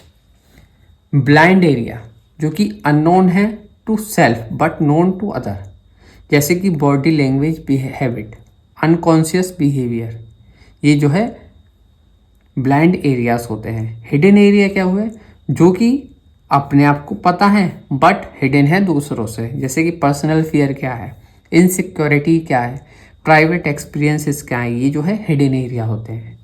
4th होता है अननोन एरिया, जो कि ना तो हमें पता है ना दूसरे को पता है। ये अनटेप्ड पोटेंशियल होता है और अनडिस्कवर्ड टैलेंट होता है। इसका गोल क्या है, एक्सप्लेन करना ओपन एरिया को थ्रू फीडबैक और self disclosure for better relationship and communication. ये जो है 4 एरियाज हैं जोहरी विंडो के। Perception and it's behaviour application. Perception क्या होता है और इसके क्या एप्लीकेशन है के बारे में हम जानेंगे। परसेप्शन जो है ये जो है प्रोसेस है ऑफ इंटरप्रेटिंग सेंसरी इंफॉर्मेशन, किस लिए, to make sense of the environment. Perception जो है इफेक्ट डालता है डिसीजन मेकिंग पे, लीडरशिप पे और टीम वर्क पे। परसेप्शन प्रोसेस में जो है हमारा आता है सेंसरी इनपुट, क्या हम देख रहे हैं और क्या सुन रहे हैं। Attention, focus on the key details, क्या फोकस है, अटेंशन क्या है।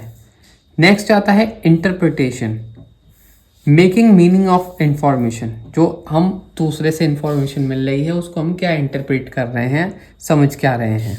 रेस्पॉन्स, बिहेवियर बेस्ड होता है ऑन परसेप्शन। अब बिहेवियरल एप्लीकेशंस ऑफ परसेप्शन क्या क्या हैं ये और देख लेते हैं। हेलो इफेक्ट, जज करना समवन को बेस्ड ऑन वन ट्रेट, पहले से ही उसके बारे में सोचा हुआ और के कहे अनुसार उसी को जज करना, ये हेलो इफेक्ट हुआ। स्टीरियोटाइपिंग, कैटेगराइज करना people unfairly. Selective perception, seeing only what we want to see, वही देखते हैं जो हम देखना चाहते हैं। सेल्फ फुलफिलिंग, ये जो है एक्सपेक्टेशन होती है इन्फ्लुएंसिंग रियलिटी। अब हम जानते हैं इसका क्विक रिवीजन फ्लैश कार्ड के बारे में। ये हमारे पूरी यूनिट का एक क्विक रिवीजन फ्लैश कार्ड है जो कि आपके लिए बनाया है। What are the 5 models of OB, 5 model क्या हैं ऑर्गेनाइजेशन बिहेवियर के। Autocratic, custodial, supportive, collegial system. What are the big 5, ये जो है पर्सनैलिटी ट्रेट्स क्या हैं। ओपननेस, कॉन्शियसनेस, एक्स्ट्राविजन, एग्रीएबलनेस और न्यूरोटिज्म। 3 कंपोनेंट्स ऑफ एटीट्यूड क्या क्या है, कॉग्निटिव, अफेक्टिव और behaviour. 2 main type of group क्या है, फॉर्मल, इनफॉर्मल। 3 ईगो स्टेट क्या है हमारे, पेरेंट, एडल्ट और child. Goal of Johari window क्या है, एक्सपेंड करना ओपन एरिया को। और स्टेप्स क्या है परसेप्शन के, सेंसरी, अटेंशन, इंटरप्रिटेशन और रेस्पॉन्स। तो आई होप फ्रेंड्स आप सभी को समझ में आया होगा। ये था हमारे यूनिट 3 का complete revision. Unit 4 motivation. What is motivation, motivation क्या होता है, सबसे पहला हमारा टॉपिक है motivation. Motivation is the driving force, motivation जो है ड्राइविंग फोर्स होता है जो कि कंपेल्स करता है इंडिविजुअल को, मतलब कि मोटिवेट करता है इंडिविजुअल को कि वो एक्शन लें फुलफिल करने के लिए नीड्स और अचीव करने के लिए गोल्स। इसी चीज़ को मोटिवेशन कहते हैं। ये एक्सप्लेन करता है why people behave in a certain way and how they sustain their effort over time. Motivation जो है ड्राइविंग फोर्स होता है जो कि मोटिवेट करता है इंडिविजुअल्स को, किस लिए, कि वो एक्शन लें, कुछ काम करें, अपनी जो नीड्स हैं, उनके गोल हैं, उनको फुलफिल करें। टाइप्स ऑफ मोटिवेशन कौन कौन से होते हैं? इंट्रिंसिक और एक्सट्रिंसिक। इंट्रिंसिक मोटिवेशन जो है आता है विद इन ए पर्सन, जैसे कि लर्न करी नई स्किल फॉर पर्सनल सेटिस्फैक्शन, तो ये हो गया इंट्रिंसिक मोटिवेशन। और एक्सट्रिंसिक मोटिवेशन होता है ड्रिवन बाई होता है एक्सटर्नल रिवार्ड और पनिशमेंट। आप अच्छा काम करेंगे तो बोनस मिलेगा आपको, तो ये हो गया हमारा एक्सट्रिंसिक मोटिवेशन, मतलब कि बाहरी रिवार्ड की वजह से मोटिवेट होना। और इंट्रिंसिक हो गया आपने कोई नई स्किल सीखी तो उससे आप पर्सनल सेटिस्फैक्शन हुआ, उससे आपका मोटिवेशन बढ़ा।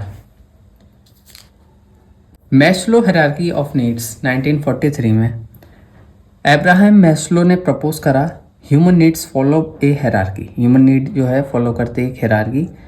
Need must be fulfilled step by step. जो नीड्स इन्होंने सजेस्ट करी थी ये फुलफिल होनी चाहिए स्टेप बाय स्टेप। स्टार्ट होता है सबसे बेसिक से और हायर नीड तक जाता है। Become active only after lower needs are satisfied. जब लोअर नीड्स सेटिस्फाई हो जाती हैं तो जब ही हायर नीड जो है हमारी सेटिस्फाई होती है। Hierarchy of need bottom to top, जैसे कि साइकोलॉजिकल नीड, ये बेसिक सर्वाइवर होता है। इसमें फूड, एयर, वाटर और स्लीप होता है। मतलब कि सबसे पहले खाना, पानी, हवा और नींद, ये साइकोलॉजिकल नीड में आ गई। नेक्स्ट होता है सेफ्टी नीड, मतलब इसमें सिक्योरिटी, जॉब की स्टेबिलिटी, प्रोटेक्शन होना किसी भी तरीके के हार्म से, ये सेकंड हो गई हमारी। थर्ड में आती है social need, love, relationship, friendship.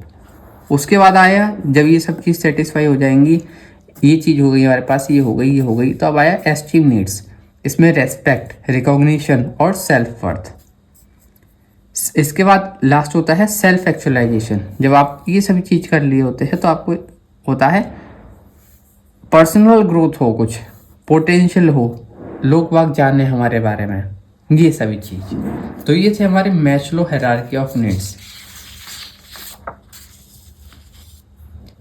हेनबर्ग्स two factor theory 1959 में इन्होंने प्रपोज करी थी ये फ्रेडरिक हेनबर्ग के द्वारा। फोकस है इनका जॉब सेटिस्फैक्शन और मोटिवेशन वर्क प्लेस पर।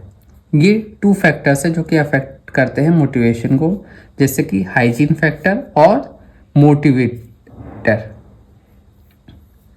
हाइजीन और मोटिवेशन जो है दो फैक्टर है इनके अकॉर्डिंग। हाइजीन फैक्टर जो है प्रिवेंट करता है dissatisfaction, salary, job security, company policy और वर्क कंडीशन, ये सभी अच्छा होना चाहिए। जैसे कि अगर सैलरी लो है बट एम्प्लॉय जो है बिकम सेटिस्फाई, ये जो है क्या होगा, एम्प्लॉय जो है डिससेटिस्फाइड हो जाएगा जब सैलरी कम होगी, तो वो भी सेटिस्फैक्शन होना चाहिए। वर्किंग एनवायरनमेंट बहुत अच्छा होना चाहिए, ये सभी चीज़ भी इफेक्ट डालती हैं। इंक्रीज होना चाहिए सेटिस्फैक्शन और मोटिवेशन। अचीवमेंट हो तो रिकॉग्निशन भी मिले, कैरियर ग्रोथ अपॉर्चुनिटी दी जाए और रेस्पॉन्सिबिलिटी भी दी जाए। रिमूव करे जाए डिससेटिस्फैक्शन और क्रिएट करा जाए मोटिवेशन। एम्पावर करे जाए एम्प्लॉयज़ को। हाइजीन फैक्टर, मोटिवेशन, ये इन सभी चीज़ पर ज़्यादा ध्यान दिया जाए। मैकलेन थ्योरी ऑफ नीड्स क्या क्या है? Need for achievement, higher achiever prefer challenges, set करना गोल और लाइक फीडबैक, जैसे कि entrepreneur Elon Musk and Steve Job, इन्होंने जो है नए गोल सेट करे, फीडबैक पे वर्क करा और उससे इन्हें सक्सेस मिली। Need for affiliation, desire to build relationship and avoid conflict, desire होनी बिल्ड करने की रिलेशनशिप और अवॉइड करने कन्फ्लिक्ट, जैसे कि एचआर प्रोफेशनल और social worker. Need for power, desire to control और इन्फ्लुएंस अदर, डिजायर होनी कंट्रोल करने की और इन्फ्लुएंस करने की और अदर को, मतलब पॉलिटिशियन एंड बिजनेस लीडर्स, ये सभी क्वालिटीज इनमें होती है। Contemporary theories of motivation, self determination theory. Motivation जो है इम्प्रूव करती है 3 psychological needs, autonomy, freedom to make decision, freedom होनी डिसीजन लेने की, competence, feeling skilled and capable, feel होना स्किल्ड और कैपेबल, रिलेटेडनेस, कनेक्ट करना विद अदर्स, जैसे कि एम्प्लॉय वर्क करता है better when they have autonomy over their task, feel confident in their skill and good relationship at work, मतलब कि employ जो है अच्छे से काम करता है जब उसके पास जो है फ्रीडम हो डिसीजन लेने की फ्रीडम होगी, तो वो कॉन्फिडेंस फील करेगा। उसके पास स्किल होंगी तो कॉन्फिडेंस बढ़ेगा, और अच्छा उसका कनेक्शन होगा तो रिलेशनशिप भी अच्छा रहेगा वर्क प्लेस में। तो इसका एग्जाम्पल था ये सेल्फ एफिशिएंसी थ्योरी 1977 में। Self efficiency equal to believe in one's own ability to succeed, अपनी खुद की एबिलिटी पे बिलीव होना। Higher self efficiency greater effect and persistence, जो हायर सेल्फ एफिशिएंसी होगी तो ग्रेटर एफर्ट और परसिस्टेंट होगा। 4 फैक्टर्स होते हैं जो कि इन्फ्लुएंस करते हैं सेल्फ एफिशिएंसी को। मास्टर एक्सपीरियंस, पिछली सक्सेस बिल्ड करती है कॉन्फिडेंस, जो हमारी प्रीवियस सक्सेस होती है तो उससे कॉन्फिडेंस बढ़ता है। वेरासियस लर्निंग, ऑब्जर्व करना दूसरों की सक्सेस को, किस तरीके से उन्हें सक्सेस मिली और हम किस तरीके से अपने आप को इम्प्रूव करें सक्सेस के लिए। Social persuasion, encouragement from other. Emotional state, positive emotions increase करते हैं कॉन्फिडेंस को। तो ये था हमारा contemporary theory of motivation. Equity theory, people compare करते हैं उनके इनपुट आउटपुट रेशियो दूसरों के साथ में, वो फील करते हैं अनफेयरली ट्रीटेड, मोटिवेशन ड्रॉप हो जाता है इस वजह से। Comparison outcome, fair treatment motivation stay high, अगर फेयर ट्रीटमेंट हुआ तो मोटिवेशन हमेशा हाई रहेगा। अंडरपेड, लो इक्विटी, एंगर और डिमोटिवेशन होता है इससे। ओवरपेड, हाई इक्विटी मतलब गिल्ट और मोर एफर्ट, अगर 2 एम्प्लॉयज़ हैं वर्क करते हैं इक्वली हार्ड बट एक को जो है रिकॉग्निशन मिलता है और दूसरे को नहीं, तो क्या होता है दूसरा जो है डीमोटिवेट हो जाता है। तो यही चीज़ इसमें बताई गई है। अब हम जानते हैं व्रूम्स एक्सपेक्टेंसी थ्योरी, ये 1964 में आई थी। People are motivated if they believe, people जो है मोटिवेट होते हैं जब वो बिलीव करते हैं, जैसे कि expectancy, effort, performance. If I work hard can I succeed, question mark आ गया, अगर मैं काम अच्छा करूँगा तो क्या मुझे सक्सेस मिलेगी।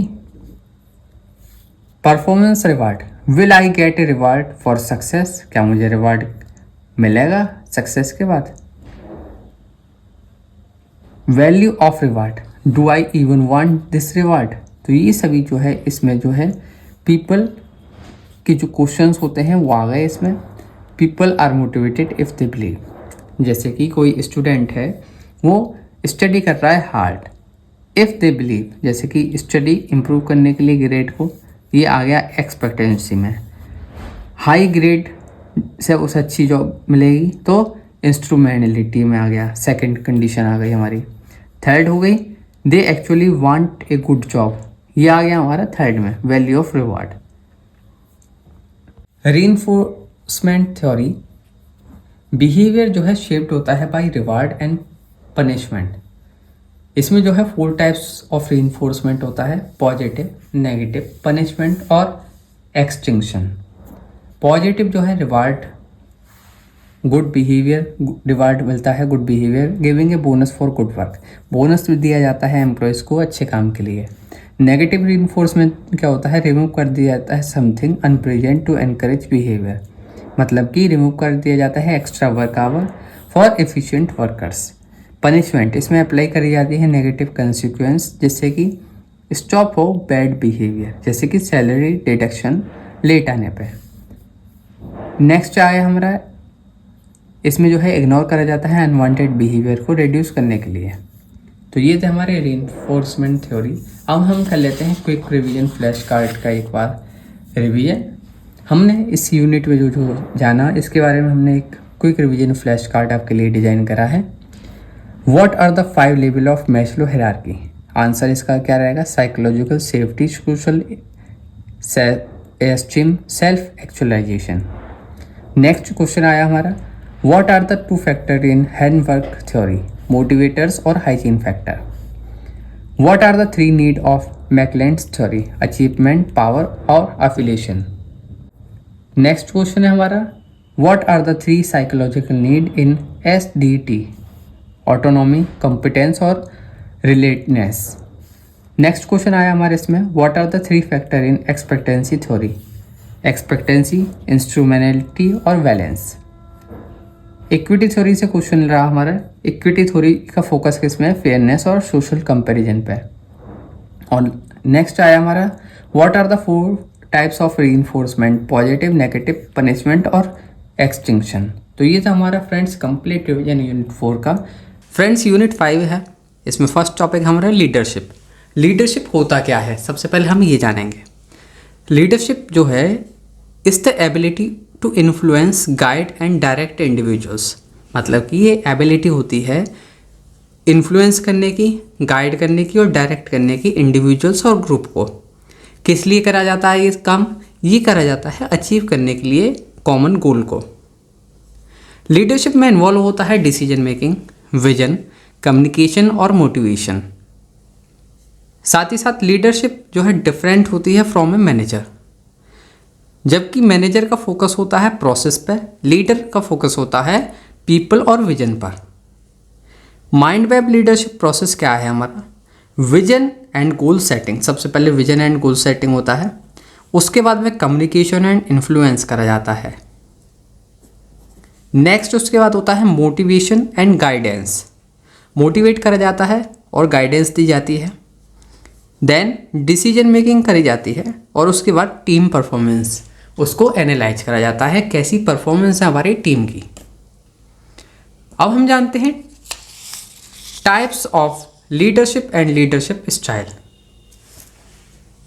सबसे पहले ऑटोक्रेटिक लीडर क्या होते हैं, इसके लिए हमने एक कलर्ड आपके लिए चार्ट डिजाइन करा है, जिसको कि आप अपने एग्जाम में भी जो है इस तरीके से डिजाइन कर सकते हैं, लिख सकते हैं, तो ये अच्छा लगता है प्रेजेंटेशन वे। ऑटोक्रेटिक लीडर क्या होते हैं? Exercises full control, making decision alone. जैसे कि इनका जो ऑटोक्रेटिक लीडर्स होते हैं, इनका जो है सिंगल डिसीजन मेकिंग होता है, एक ही जना डिसीजन लेता है। जैसे मिलिट्री लीडर, अथॉरिटीज, सीईओ हो गए, इस तरीके से। डेमोक्रेटिक लीडर क्या होता है? ये एनकरेज करते हैं पार्टिसिपेशन और वैल्यू इनपुट्स। जैसे कि गूगल्स टीम ओरिएंटेड लीडर, मतलब कि जो टीम ओरिएंटेड लीडर होते हैं इस तरीके से ये एनकरेज करते हैं पार्टिसिपेशन और वैल्यू इनपुट। नेक्स्ट है हमारा, इसमें जो है प्रोवाइड करा जाता है फ्रीडम, मिनिमल करा जाता है सुपरविजन, जिससे कि रिसर्च और डेवलपमेंट होता है टीम्स। जैसे कि रिसर्च R&D टीम होती हैं, ये सभी आते हैं इसमें हमारे। नेक्स्ट होता है ट्रांसफॉर्मेशनल लीडर, ये जो है इंस्पायर करते हैं, इनोवेशन करते हैं, फोकस होता है विजन पर। जैसे कि एलन मस्क, इन्होंने टेस्ला अपने बनाई कंपनी, SpaceX बनाई, तो इनका क्या आता है? इंस्पायर करा टीम को, इनोवेशन करवाई, फोकस रहा है विजन पे अपने, इस तरीके से। नेक्स्ट होता है ट्रांजैक्शनल लीडर, इनका फोकस होता है रिवार्ड और पनिशमेंट पे। जैसे कि कॉरपोरेट मैनेजर्स होते हैं विद परफॉर्मेंस इंसेंटिव, अच्छी आप परफॉर्मेंस देंगे तो आपको इंसेंटिव भी मिलेंगे। अब आते हैं हमारे next, traits and qualities of a effective leader. क्या क्या ट्रेड्स एंड क्वालिटीज है किसी भी इफेक्टिव लीडर की? की लीडरशिप ट्रेड एंड स्किल क्या क्या होती हैं? Number 1, confidence and decision making. Leader जो है हमारा वो क्विक और इफेक्टिव डिसीजन ले, ये उसकी नंबर 1 स्किल और क्वालिटी होनी चाहिए। Next, communication skill, clearly convey करें अपने मैसेज को टीम तक, जो उनका मैसेज है उनकी टीम जो है उस मैसेज को क्लियरली समझ सके, तो कम्युनिकेशन स्किल अच्छी होनी चाहिए। इमोशनल इंटेलिजेंस मतलब EI, समझना चाहिए और मैनेज करना आना चाहिए इमोशंस को। Integrity and ethics, gaining trust through honesty, trust gain करना through honesty. Adaptability and vision, handle करना चेंजेस और लॉन्ग टर्म विजन्स को। जैसे कि स्टीव जॉब्स ने जो है विजन रखा, ये जो है विजनरी लीडर हैं, इनका विजन था कि हमें जो है बहुत ही अच्छा काम करना है, नए नए इनोवेशन करना है और एक अपनी अलग ही पहचान बनानी है। तो इन्होंने जो है इसी तरीके से अपने कंपनी को अच्छी पोजीशन तक ले गए। Trade theory of leadership, leaders जो है बॉन्ड होते हैं विद स्पेसिफिक पर्सनालिटी ट्रेड्स, जो कि उनको जो है इफ़ेक्टिव बनाता है। जैसे कि कॉमन इनकी स्पेशलिटी होती है confidence, intelligence, way of talking and there confidence with along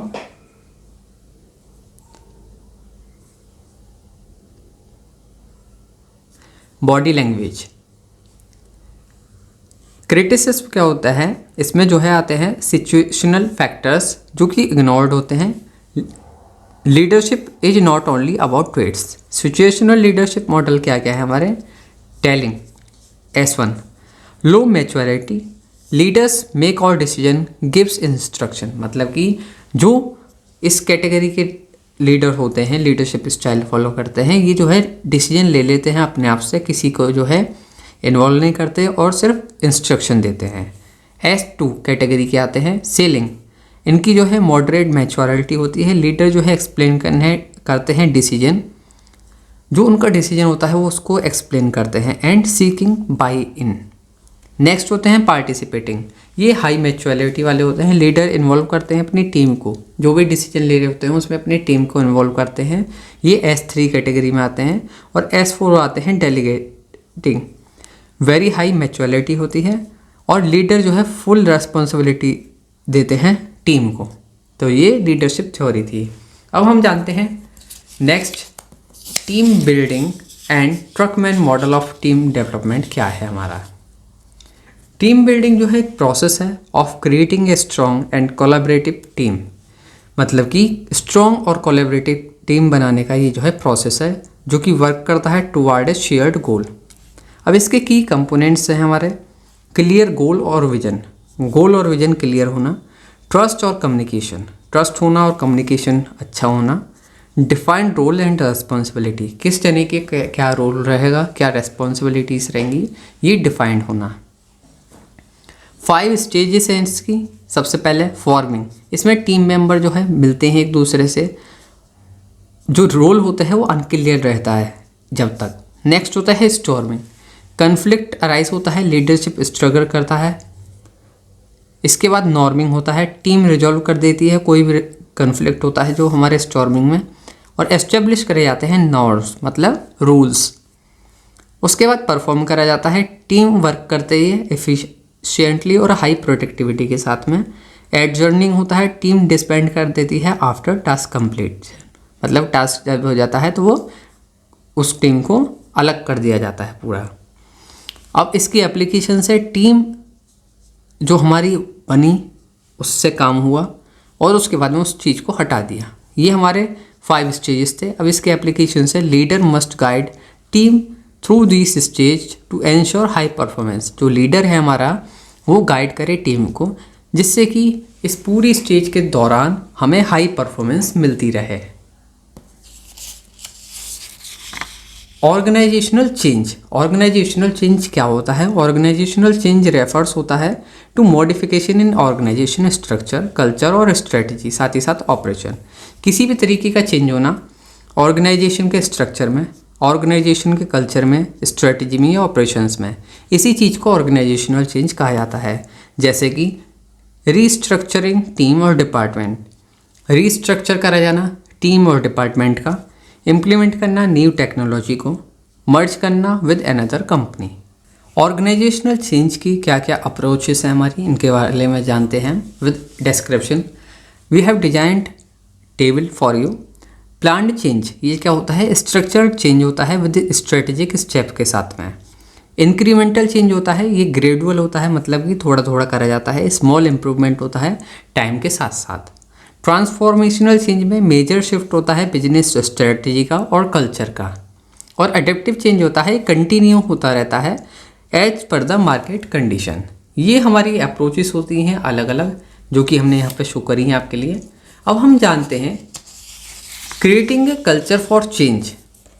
steps क्या हैं हमारे एनकरेज करने के चेंज एक्सेप्टेंस के? सबसे पहला आता है कम्युनिकेशन विजन क्लियरली। जो हमारा विजन है उसको आप कम्युनिकेट करें, क्लियरली एक्सप्लेन करें किस लिए चेंज करा जाता है, चाह रहा है और ये नेसेसरी क्यों है। इन्वॉल्व एम्प्लॉयज़ इन डिसीजन मेकिंग, एम्प्लॉयज़ को इन्वॉल्व करना डिसीजन मेकिंग में, इससे जो है एम्प्लॉयज़ का पार्टिसिपेशन बढ़ता है। प्रोवाइड कराना ट्रेनिंग एंड सपोर्ट, जो टीम है उसको ट्रेनिंग और सपोर्ट प्रोवाइड कराना, इक्विप करना एम्प्लॉयज़ को नेसेसरी स्किल्स के साथ में, साथ ही साथ रिवॉर्ड एंड रिकॉग्निशन, मोटिवेट करना एम्प्लॉयज़ को, उनको रिवार्ड दे के मोटिवेट करके। तो ये हमारे स्टेप्स होते हैं इनकरेज करने के चेंज एक्सेप्टेंस को। कर्ट्स लुईस मॉडल ऑफ चेंज क्या है हमारा, इन्होंने प्रपोज करे थे 3 स्टेप मॉडल किसी भी सक्सेसफुल ऑर्गेनाइजेशनल चेंज के लिए। सबसे पहले इसमें आता है अनफ्रीज, इसमें प्रिपेयर करा जाता है चेंज के लिए, आइडेंटिफाई करी जाती है प्रॉब्लम, मतलब कि इसमें अनाउंस करा जाता है new software implementation. Next step होता है चेंज, इम्प्लीमेंट करी जाता है नया प्रोसेस, उसको ट्रेनिंग दी जाती है, एम्प्लॉयज़ होते हैं न्यू टेक्नोलॉजी न्यू सॉफ्टवेयर के बारे में, जो हमारे एग्जिस्टिंग एम्प्लॉयज़ हैं उनको। रीफ्रीज, उसमें री इन्फॉर्म करा जाता है और स्टेबलाइज करा जाता है चेंज, जिससे कि इंश्योर हो लॉन्ग टर्म अडेप्टेशन। अब इसका एप्लीकेशन क्या है, ये जो मॉडल है वाइडली यूज होता है smooth translation in business transformation, जो बिजनेस में जो है ट्रांसफॉर्मेशन करा जाता है तो इस मॉडल का यूज होता है। सबसे पहले अनाउंस करा जाता है, एम्प्लॉयज़ को बताया जाता है और इंश्योर करा जाता है कि जो चेंज करा है वो हमारा लॉन्ग टर्म अडेप्टेशन में रहे। अब हमने आपके लिए डिज़ाइन करा है क्विक रिवीजन फ्लैश कार्ड, आप सभी को ये बहुत पसंद आ रहा है। यूनिट के लास्ट में हम आपके साथ ये शेयर करते हैं। कॉन्सेप्ट हमारा लीडरशिप है, इससे क्वेश्चन रहा एक हमारा क्विक, व्हाट इज लीडरशिप, ये एबिलिटी होती है इन्फ्लुएंस करने की और गाइड करने की पीपल को टुवर्ड गोल। नेक्स्ट कॉन्सेप्ट है हमारा लीडरशिप स्टाइल। अब आपको बताना है 3 लीडरशिप स्टाइल के बारे में, ऑटोक्रेटिक, डेमोक्रेटिक और ट्रांसफॉर्मेशनल। सिचुएशनल लीडरशिप से आता है क्वेश्चन हमारा, what are the 4 leadership style in हंस मॉडल, हर्सी मॉडल। इसमें टेलिंग, सेलिंग, पार्टिसिपेटिंग और डेलीगेटिंग होता है। ट्रकमैन मॉडल से आता है 5 स्टेजेस ऑफ टीम डेवलपमेंट क्या क्या है, फॉर्मिंग, स्टॉर्मिंग, नॉर्मिंग, परफॉर्मिंग और एडजरिंग। ऑर्गेनाइजेशनल चेंज से आता है क्वेश्चन हमारा, आपको बताना है ऑर्गेनाइजेशनल चेंज क्या होता है। मॉडिफिकेशन करना किसी भी स्ट्रक्चर में, स्ट्रेटजी में और कल्चर में, इसी को ऑर्गेनाइजेशनल चेंज कहते हैं। लुईन मॉडल का क्वेश्चन है ये, 3 स्टेप्स क्या है इनके अकॉर्डिंग, अनफ्रीज, चेंज और रीफ्रीज। तो ये था फ्रेंड्स हमारा यूनिट 5 का कंप्लीट रिवीजन। आई होप आप सभी को ये वीडियो बहुत पसंद आई होगी। अगर आप इसी तरह की और वीडियोस चाहते हैं और भी सब्जेक्ट की, तो आप हमें कमेंट करके ज़रूर बताएं। और ये वीडियो आपको कैसी लगी ये भी आप हमें कमेंट करके बताएं। वीडियो को अपने फ्रेंड्स ग्रुप में शेयर करें। And thank you so much for watching this video and all the best for your exam.